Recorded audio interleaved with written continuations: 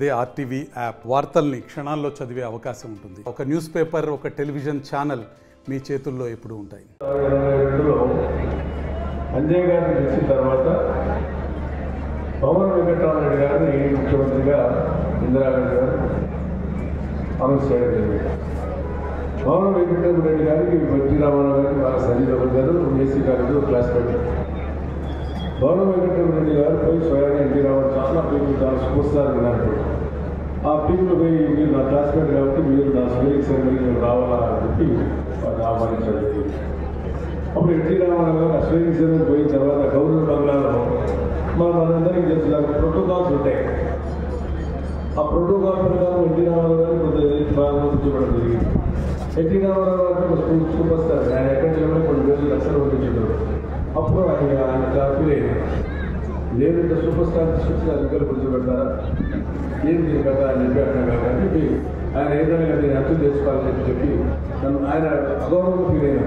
అదే కదా మరి శ్రీరామారావు గారు సూపర్ స్టార్, ఆ రోజుల్లో ఆయన ఎక్కడ కూర్చోబెట్టాలో ఆయన కూర్చోబెట్టకుండా ఆయన ప్రోటోకాల్ ప్రకారం గౌరవపడితే ప్రోటోకాల్స్ ఆయన మాట్లాడాలి.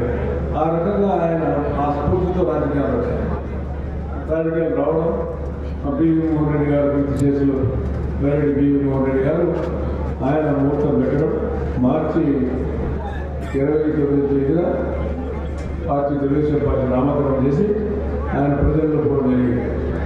ప్రజల్లో పోవడానికి ఆ రోజు మరి ఆ స్ఫూర్తి, ఆ రోజు ఎన్టీ రామచంద్ర గారి స్ఫూర్తిని తీసుకొని ప్రజల్లో పోయిన తర్వాత ప్రజలు వచ్చిన ఆదరణ చూసిన తర్వాత అదిరిపోయింది కాంగ్రెస్. మీకు అందరికీ తెలుసు, అప్పటి నుంచి తెలుగుదేశంలో ఉన్నాం మేము. నాతో పాటు చాలా మంది మిత్రులు ఇక్కడ ఉన్నారు, ఇప్పుడు నాతో పాటు దాకా చిన్న వయసులో ఉన్నారు.